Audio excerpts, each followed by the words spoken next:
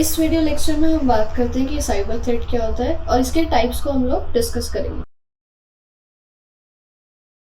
सबसे पहले जानते हैं कि साइबर थ्रेट क्या होता है। अगर इसकी डेफिनेशन देखी जाए तो it is a malicious program which is intended to steal users data और इन्फॉर्मेशन और डैमेज इट। तो यूजर के डेटा और इन्फॉर्मेशन को या तो चुराने के या डैमेज करने का इंटेंशन होता है किसी भी साइबर थ्रेट का। अगर कहीं पे साइबर थ्रेट मौजूद है तो वहाँ पे कोई भी सक्सेसफुल साइबर अटैक होने के चांसेस बहुत ज्यादा बढ़ जाते हैं। अब किसी ऑर्गेनाइजेशन में साइबर थ्रेट आएगा कहाँ से? या तो विद इन द ऑर्गेनाइजेशन किसी ट्रस्टेड पार्टी के थ्रू आ सकता है या फिर आउटसाइड ऑफ द ऑर्गेनाइजेशन किसी अननोन पार्टी के थ्रू आपकी ऑर्गेनाइजेशन में साइबर थ्रेट आ सकता है। अब हम बात करेंगे टाइप्स ऑफ साइबर थ्रेट के बारे में। तो सबसे पहला टाइप ऑफ साइबर थ्रेट हमारे पास जो है वो है वायरस। वायरस हम सब जानते हैं। वायरस एक ऐसा प्रोग्राम होता है जो आपकी कंप्यूटर की नॉर्मल एग्जीक्यूशन को चेंज कर सकता है बिना यूजर की परमिशन या नॉलेज के। यूजर को पता भी नहीं होगा और उसके कंप्यूटर में वायरस डैमेज कर रहा होगा। अब जो वायरस होता है वो खुद को रेप्लिकेट कर सकता है और आपके कंप्यूटर में फर्दर डैमेज भी कर सकता है। अगला थ्रेट हमारे पास जो है वो है स्पाईवेयर। स्पाईवेयर नाम से ही पता चल रहा है कि आपके कंप्यूटर में स्पाई करता है, आपके ऊपर स्पाई कर रहा है, वो आपकी जासूसी कर रहा है। आप जो भी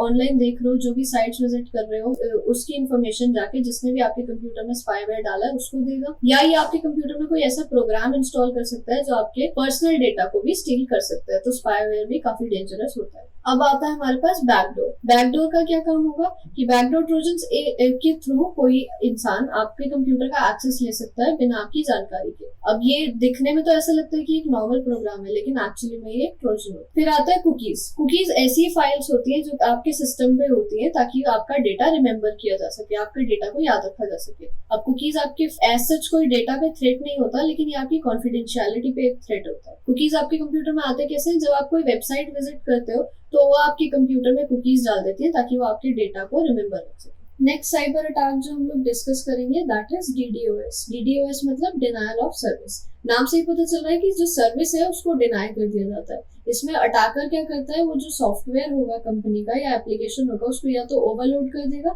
या फिर उसको शट डाउन कर देगा, जिससे वो लेजिटिमेट यूजर्स के लिए रिस्पॉन्ड ही नहीं करेगी। अब आज तक डेटा का कोई लॉस नहीं होता है इसमें, लेकिन मॉनिटरी बेसिस पे काफी नुकसान हो जाएगा, क्योंकि अगर यूजर्स के लिए रिस्पॉन्ड ही नहीं करेगी वेबसाइट तो यूजर दूसरे प्लेटफॉर्म पे शिफ्ट हो जाएंगे, तो कंपनी घाटे में चली जाएगी।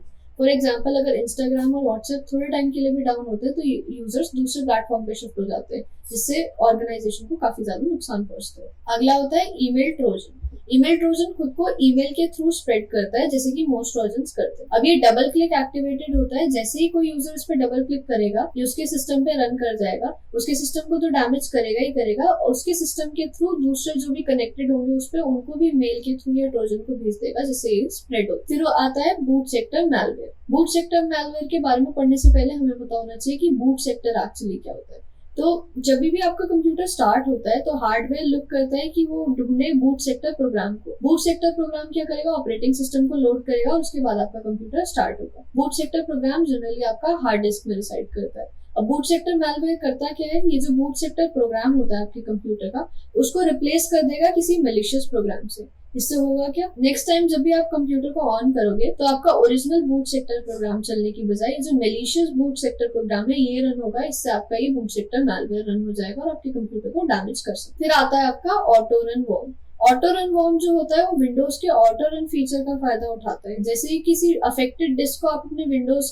के कंप्यूटर पे कनेक्ट करोगे, आपका ऑटो रन वॉर्म चल जाएगा और आपके कंप्यूटर को अफेक्ट। लास्ट जो हम साइबर थ्रेट डिस्कस करेंगे दैट इज की लॉगिंग। की लॉगिंग में होता क्या है कि कोई थर्ड पार्टी आपका अनऑथराइज तरीके से आपके जो की स्ट्रोक्स होते हैं उनको रिकॉर्ड कर लेते हैं।